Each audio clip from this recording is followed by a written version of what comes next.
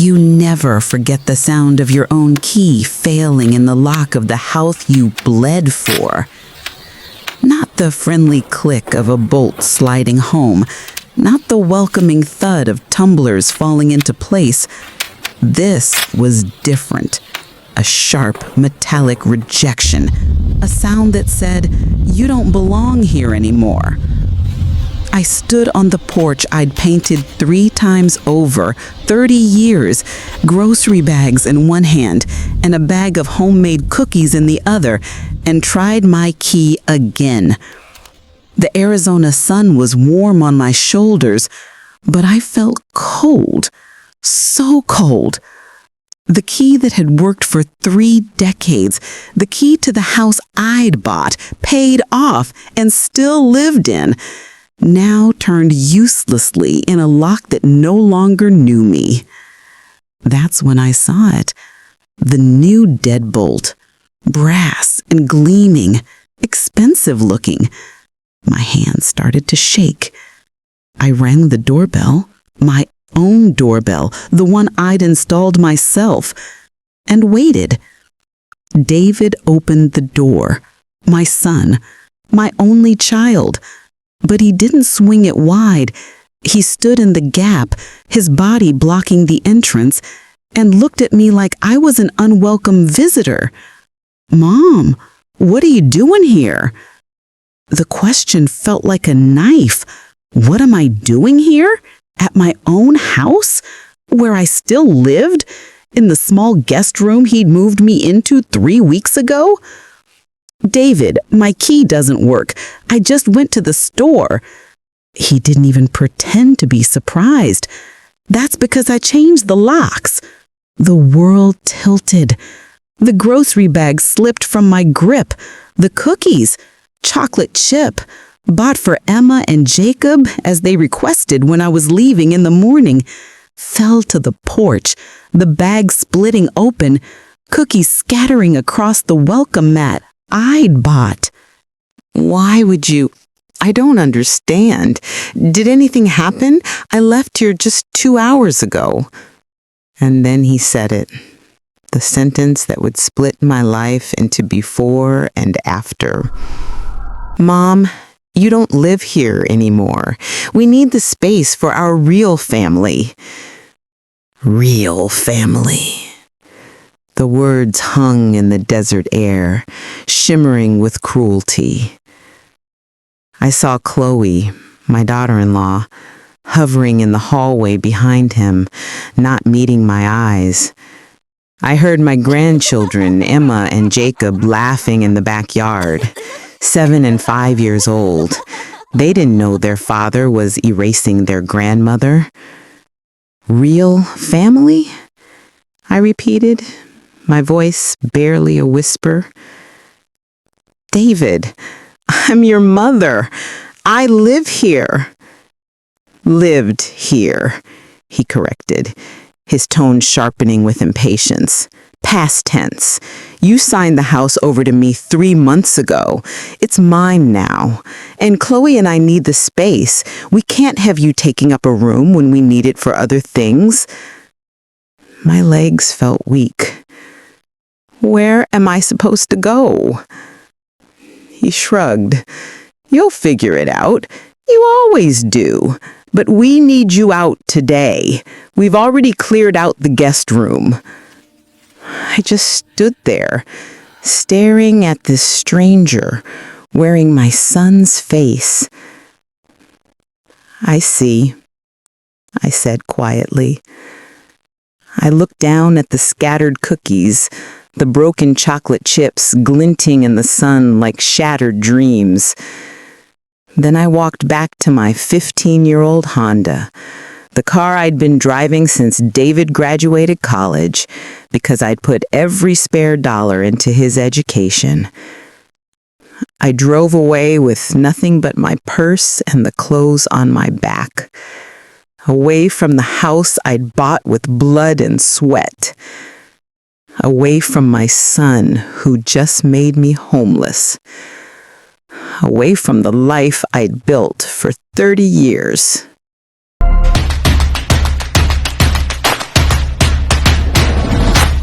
I drove to Patricia's house. Patricia Montgomery had been my friend for 20 years, ever since we worked the same shift at the textile factory. She'd retired 5 years ago when her husband's life insurance came through, but we'd stayed close. Sunday coffee, birthday lunches, the kind of friendship that doesn't need constant contact to remain solid. When she opened the door and saw my face, she didn't ask questions. She just pulled me inside. "Margaret, what happened?" And I told her about signing over the house 3 months ago, about David moving me to the guest room, about coming home from the grocery store to find the locks changed, about the words "real family." Patricia's face went through shock, rage, and finally a fierce protectiveness I'd only seen when she talked about her own children. That ungrateful... She stopped herself, took a breath. "You're staying here as long as you need. No arguments." "Patricia, I can't impose." "Impose? Margaret, you're not imposing. You're family. Real family. The kind that shows up when it matters." She set me up in her guest room. Ironic, given I'd just been evicted from one, and made tea I couldn't drink and dinner I couldn't eat. That night, lying in Patricia's guest bed, I stared at the ceiling and made a decision. It was time to make a phone call I should have made years ago. The next day, I sat in Patricia's kitchen and dialed the number. I'd kept Arthur Pembroke's business card for 37 years, tucked in my wallet like a talisman, updated periodically as his title changed. I called Aether Systems' main line and asked for Liam Pembroke, Arthur's grandson, who now sat on the board. "Tell him," I said, my voice steadier than I felt, "that Mags Fletcher is calling. He'll know who I am." 10 minutes later, my phone rang. "Miss Fletcher? This is Liam Pembroke. My grandfather is sitting right next to me, and he's practically crying. He's been trying to find you for years." My voice cracked. "I need help. I know this is presumptuous, but I wondered if there might be a small loan available against my shares, just enough to rent an apartment. My son..." I couldn't finish. "Miss Fletcher, where are you right now?" I gave him Patricia's address. "I'm sending a car. Be ready in an hour. And Miss Fletcher, you won't need a loan." The town car arrived exactly an hour later. Patricia stood on her porch with me, her hand on my shoulder. "You want me to come with you?" "No, I'll be fine. It's just a meeting about my old stock options, probably worth a few $1,000s by now." She squeezed my shoulder. "Call me when you're done." The driver, a professional man in his 50s, opened the door for me. "Miss Fletcher, it's an honor. Mr. Pembroke has told me about you. You're a legend." I almost laughed. A legend living in someone's guest room. We drove to North Scottsdale, to a sprawling estate I'd have driven past 1,000 times without knowing who lived there. Arthur Pembroke met me at the door. He was older, we both were, but his eyes still had that fierce intelligence that had built an empire. "Mags!" He pulled me into a hug. "I'd been looking for you for years. You changed your name when you got married. You vanished." "I got divorced, went back to Williams." "Why didn't you ever call? Why didn't you come to shareholder meetings? Do you have any idea what your shares are worth?" I laughed bitterly. "I know they're on paper somewhere. That's even why I reached out to you. I was hoping maybe they're worth enough to rent a small apartment. My son just made me homeless." Arthur's face went from sympathetic to thunderous. Liam stepped forward. Miss Fletcher, before we discuss housing, I need to show you something. He opened a laptop and turned it toward me. Aether Systems stock portfolio, Margaret Fletcher Williams. Shares owned 12.0% non-dilutable. Current valuation $427,183,492. Annual dividend, last payment $18,247,633. I stared at the numbers. They didn't make sense. That can't be right. There must be a mistake. No mistake, Megs, Arthur said gently. Your dividends have been automatically reinvesting for 35 years, compounding, growing. Megs, you're one of the wealthiest private shareholders in the technology sector. The room spun. I've been sleeping on my friend's couch. My son made me homeless. I came here to ask for a loan to rent an apartment. Liam knelt beside my chair. Miss Fletcher, you don't need a loan. You don't need to rent. Tell me what happened, all of it. So I did. The house transfer, the guest room, the changed locks, the words, real family. When I finished, Arthur and Liam exchanged a look. Miss Fletcher, do you want our help? I looked at these two men, this grandfather and grandson who barely knew me, but who were offering me something David never had: respect. I want him to understand that actions have consequences. Liam smiled. It wasn't a nice smile. Then let's show him what happens when you lock out the wrong person.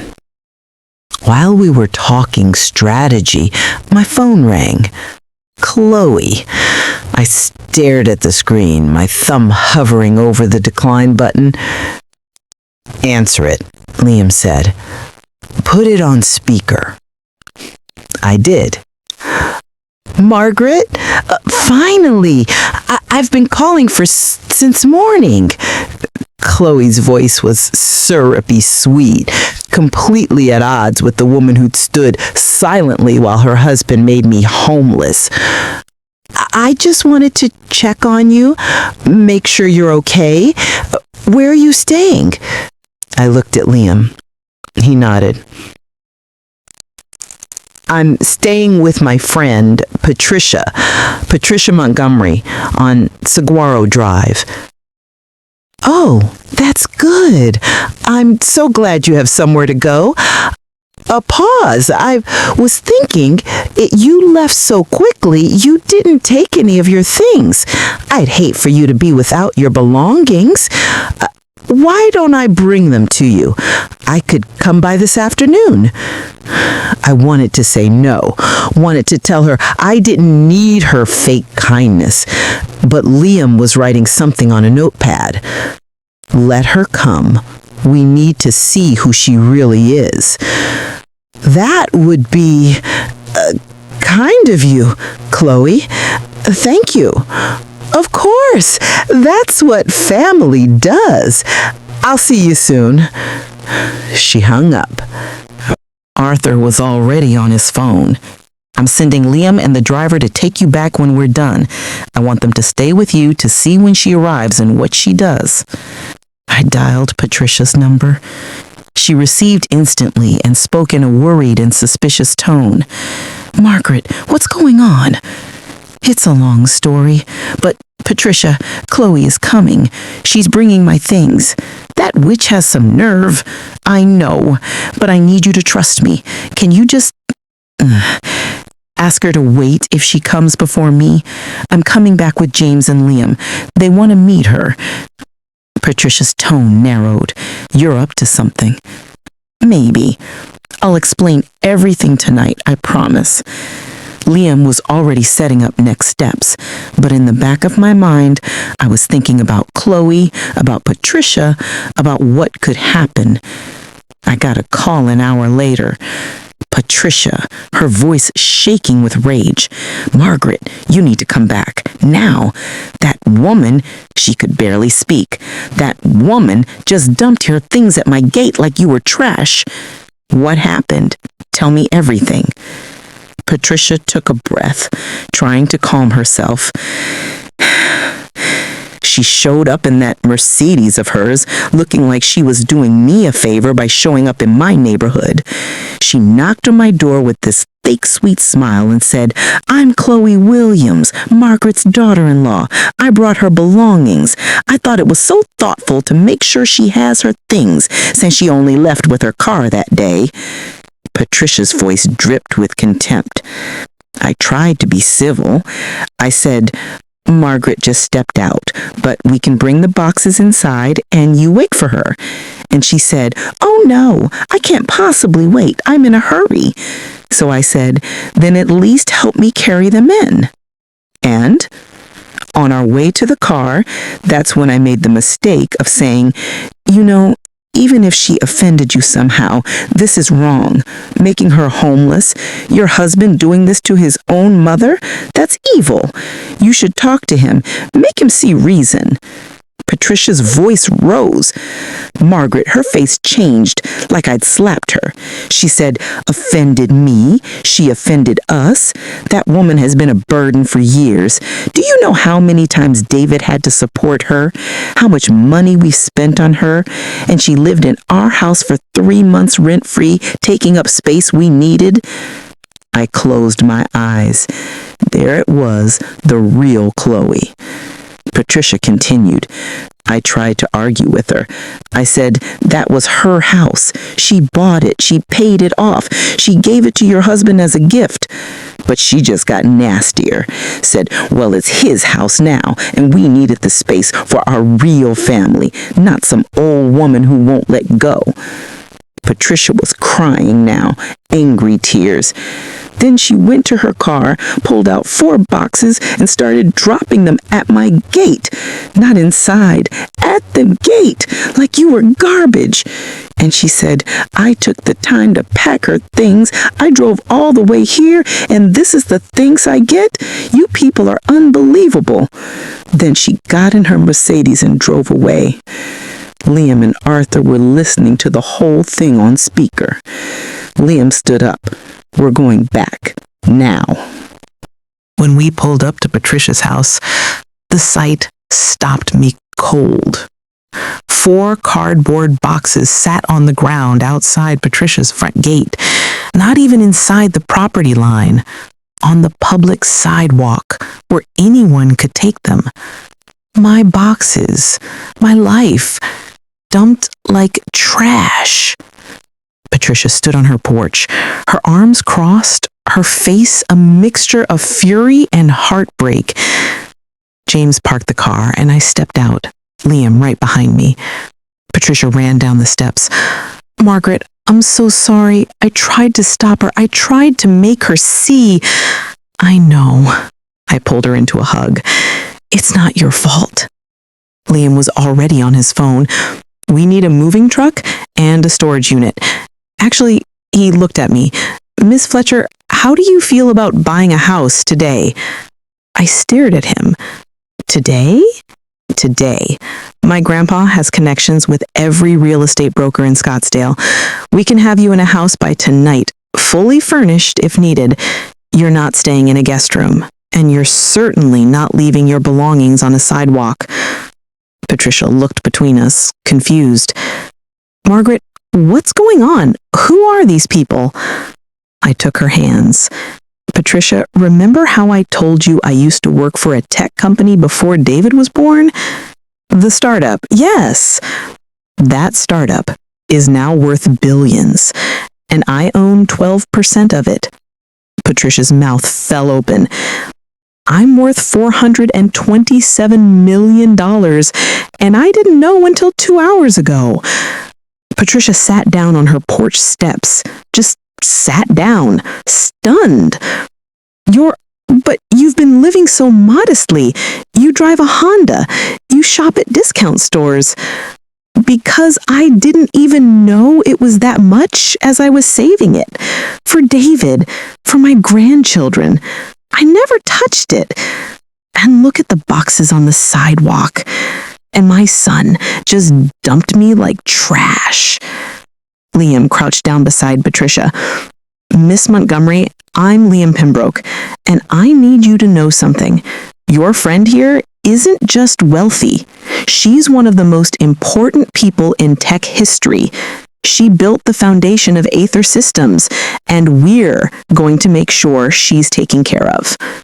He stood up and made another call. Within 15 minutes, a moving truck appeared. Within an hour, Liam's real estate agent had shown me 3 properties. By dinner time, I'd closed on a beautiful 4-bedroom house in a quiet neighborhood with good schools nearby. Cash purchase, $680,000, done. Patricia stood in the empty living room of my new house and cried. 3 hours ago, your things were on my sidewalk. Now you own a house. Now I own a home, I corrected. And Patricia, I need you to understand something. David took my house. He took my dignity. He tried to take my identity, but he can't take who I am. And he's about to learn exactly who that is. Liam set up a shell company called Legacy Holdings, LLC. On paper, it was a real estate investment firm. In reality, it was funded by me, but operated independently. I wanted complete deniability. Legacy Holdings made an offer on my old house. A cash offer, $850,000, nearly $200,000 over market value. David and Chloe jumped at it. Chloe posted on Facebook, "Amazing news! We sold the house for way over asking. God is so good. Sometimes you have to let go of dead weight to soar. New house, new life, new beginnings for our real family. Hashtag blessed, hashtag new chapter." Patricia showed me the post, her face twisted with disgust. "Dead weight. She's calling you dead weight." "Let her," I said calmly. "Let her celebrate." They closed escrow and immediately bought a $1.4 million McMansion. Their mortgage payment was over $8,000 a month, more than David's entire income. They threw a $30,000 housewarming party.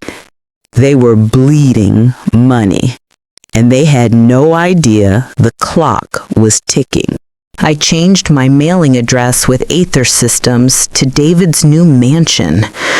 The letter arrived on a Tuesday. David called me for the first time in 2 months. "Mom, there's a letter here from some law firm about dividends from Aether Systems." My heart pounded, but my voice stayed steady. "Oh? It says you're entitled to a dividend payment of $18 million. Silence. "Is this a scam, right? Is it addressed to Margaret Williams?" "Yeah, but..." "Then it's not a scam, David. I own shares in Aether Systems, have for 35 years. That's my annual dividend." "But how do you own $18 million stock?" "Not $18 million stock, David," I corrected. "That's just my annual dividend. The stock worth's more than that, you know. The last valuation put it around $427 million. The sound he made wasn't quite human. The IRS audit letter reached him 3 days later. David got audited. He had to prove the income showing at his address wasn't his. The stress nearly broke him. Chloe started calling me. I didn't answer. She sent emails. "Margaret, we need to discuss your financial situation. We can help you manage it. Family helps family." Patricia read them over my shoulder and laughed bitterly. Now she wants to help? Now you're family again? The Aether Systems annual shareholder gala was 6 weeks away. As the largest private individual shareholder, I received an invitation automatically. Liam insisted I attend. You're part of Aether's history, Mags. You belong there. I looked at Patricia. Will you come with me as my guest? Patricia's eyes widened. Me? Margaret, I'm a retired factory worker. I don't belong at a billionaire's party. Neither did I once. But we built that company together, you and I. Not literally, but Patricia, you stood by me when I had nothing, when my own son threw me away like trash on your sidewalk. I want you there as the guest of the dead weight they threw away. Patricia's eyes filled with tears. Then, yes, absolutely yes. Liam sent a stylist to my house. 2 stylists, actually. One for me, one for Patricia. When I looked in the mirror, I barely recognized myself. The woman staring back wasn't Margaret Williams, homeless grandmother. She was Mags Fletcher. Sharp, powerful, done with being invisible. My dress cost $12,000. Patricia's cost $8,000. I can't accept this, Patricia whispered. It's too much. I said, you stood at your gate and watched my daughter-in-law dump my life on the sidewalk. You took me in when I had nowhere else to go. You've earned this 1,000 times over.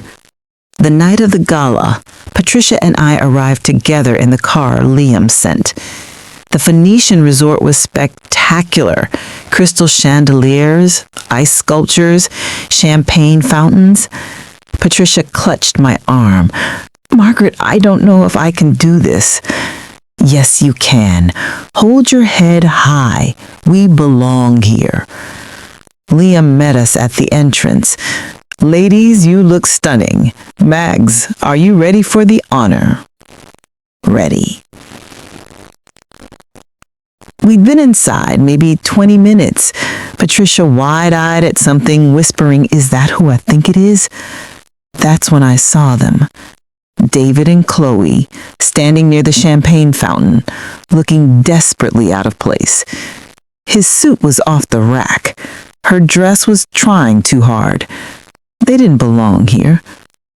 Patricia saw them clearly this time, and her grip on my arm tightened. Is that... Yes. How did they get in? Before I could answer, Liam appeared beside us. Sorry for those intruders. They crashed. That young woman's cousin works for the catering company. Security is on the way to escort them out, but he looked at me. Do you know them? That's her foolish son and his wicked wife, Patricia said with anger. Liam was shocked and wanted to ask the security to hurry up, but hesitated. Would you like the honors first? David spotted me at that moment. I watched his face cycle through confusion, recognition, shock, and finally, horror. He grabbed Chloe's arm and started pushing through the crowd toward us. Mom! His voice was too loud. People turned to stare. Mom, wait. We came to see you here. Liam shifted, positioning himself protectively. Arthur appeared on my other side. So did 2 board members. Suddenly, I had a wall of Silicon Valley's most powerful people surrounding me. David skidded to a stop, breathing hard. Mom, please, I've been trying to reach you. We need to talk. Mr. Williams, Liam said coldly, this is a private event for invited guests only. How did you get past security? I just need to talk to my mother. Your mother, Liam interrupted, his voice carrying, is here as our special guest, as she has every right to be, given that she's Aether Systems' largest private individual shareholder. David's face went blank. Special guest? Arthur stepped forward. David Williams. I've heard quite a bit about you. You're Mags Fletcher's son.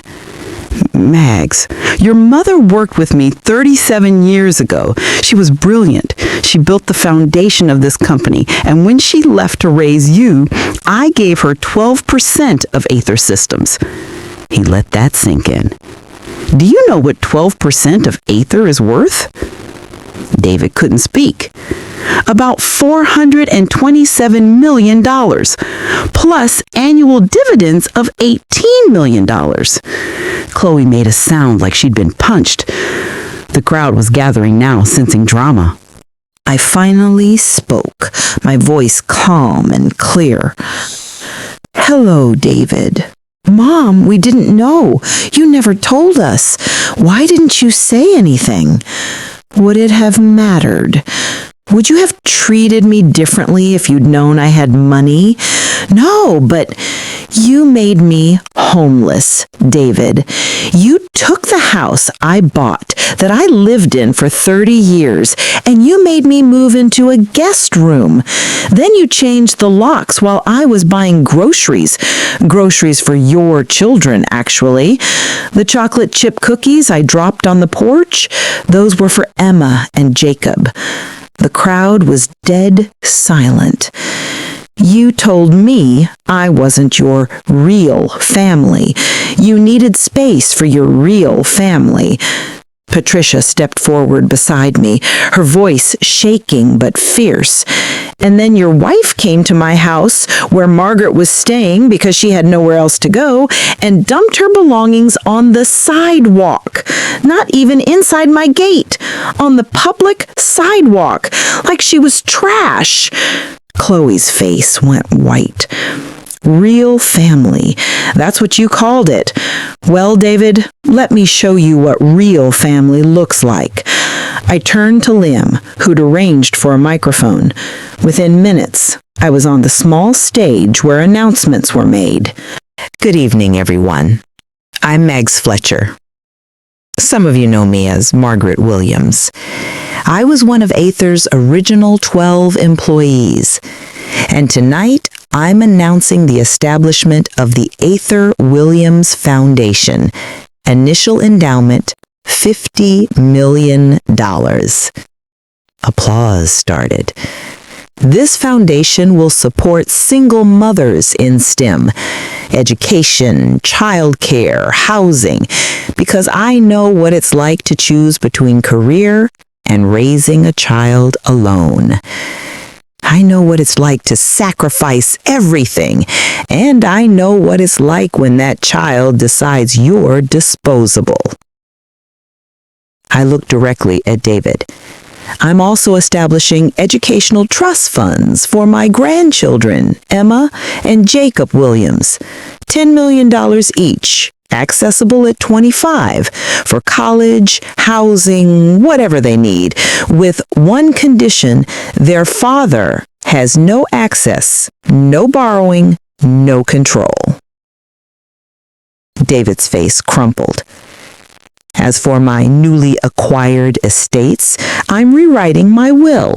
Everything goes to organizations supporting at-risk families and single parents. My son will inherit exactly what he decided I was worth: nothing. My voice didn't waver. You changed the locks, David. You threw me away, so I'm giving you what you asked for: space. I stepped off the stage to thunderous applause. Behind me, security was escorting David and Chloe out. Patricia was crying, "Margaret, that was necessary. That was necessary." The story spread through Silicon Valley like wildfire. David and Chloe became infamous. Their social circle vanished. Her parents cut them off. The McMansion? They missed their first payment 2 months later. Foreclosed within 6 months. They moved into a small rental, finally living within their means. David tried everything to reach me. I didn't answer. But I did one thing. I filed for grandparents' rights. The judge granted me supervised visitation every other weekend. On the day of my grandchildren's first visit, Patricia drove with me to pick up Emma and Jacob together with the supervising agent. When Emma saw me, she broke free and ran. "Grandma, Dad said you moved away, but you're here." I knelt and held her tight. We spent the afternoon at my house baking cookies, playing in the backyard, reading stories. Patricia helped Jacob build with blocks while Emma showed me her artwork. When it was time to go, Emma hugged me so tight. "Can we come back?" "Every other weekend, sweetheart, for as long as you want." After they left, Patricia and I sat in my kitchen. "You did it," she said softly. "You got your grandchildren back. Not all the way, not yet, but it's a start." 2 years later, Patricia was in my kitchen, helping me prep for Emma's 10th birthday party when my phone rang. Desert Hope Hospital. Accident. David, asking for me. Patricia drove me to the hospital, her hand occasionally reaching over to squeeze mine. David lay in the bed, leg in a cast, face bruised. When he saw me, he started crying. "Mom, you came. I'm here. I'm so sorry for everything. I was going to die without making it right." I sat beside him, took his hand. "What happened?" I wasn't watching. Ran a red light, working 2 jobs, exhausted all the time, and all I could think as the car was spinning was that Emma and Jacob would grow up knowing I threw away their grandmother for money I never even got. Patricia stood in the doorway, silent witness. "I destroyed everything," David whispered. "Can you ever forgive me?" I looked at this man who'd caused me so much pain. "I don't know, but I'm willing to see if you've learned, for Emma and Jacob's sake." 3 years later, Emma graduated high school at the top of her class, full scholarship to MIT. The party was at my house. Patricia helped me set up, like she'd helped with every major event for the past 5 years. Emma pulled me aside during the party. "Grandma, I've decided what to do with my trust fund when I turn 25. Tell me." "I want to start a foundation for foster kids and single-parent homes. I want to call it the Margaret Williams Foundation for Family Futures." I couldn't speak. "You taught me that real family is people who show up, who sacrifice, who love you even when you don't deserve it. And I want to help kids find that." Patricia, overhearing, pressed her hand to her mouth, tears streaming. Later, David pulled me aside. "She learned that from you, Mom, not from me. But I'm learning now. Better late than never, right?" I hugged my son, the first real hug in years. Better late than never. Presently, Emma's foundation is set to be launched next month, $50 million, half from her trust, half from me. It'll work alongside the Ather Williams Foundation, 2 organizations changing lives. Jacob is opening Second Chances Cafe, where he's training at-risk youth in culinary skills. David manages a small firm, honest work. He's been debt-free for 3 years. Last month, he came to me with an idea. The house on Maple Street, my original house, was back on the market. Legacy Holdings had sold it to a private investor 2 years ago, and now that investor is selling. "Mom, I want to buy it back. I've been saving, and if I can, I want to give it to you." I looked at this man who'd spent 5 years proving he'd changed. No, I said. His face fell. But I have a better idea. We'll buy it together. You, me, Emma, Jacob, Chloe. We'll put it in a family trust. Make it our home, all of ours. Last Sunday, we stood in the foyer of the house on Maple Street for an opening ceremony. All 5 of us, plus Patricia, who'd been there from the beginning. David held 5 keys. 5 years ago, I stood here and told my mother she wasn't my real family. I changed the locks. I made her homeless.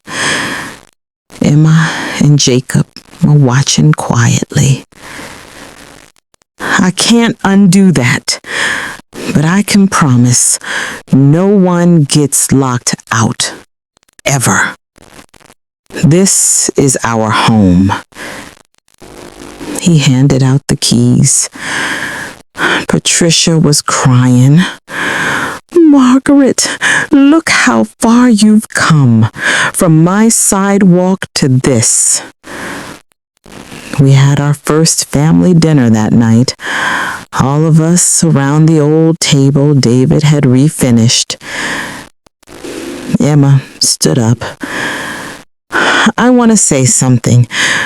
Grandma, you could have destroyed us, but you didn't. You set boundaries. You protected yourself. And you waited to see if Dad would grow up. And he did. She smiled. That's the lesson I'm taking into my foundation. That mistakes don't have to be the end. That people can change if they do the work. She raised her glass to Grandma and to Patricia, who stood by her when she had nothing. That's real family. To real family, everyone echoed. Patricia squeezed my hand. Look at what you built.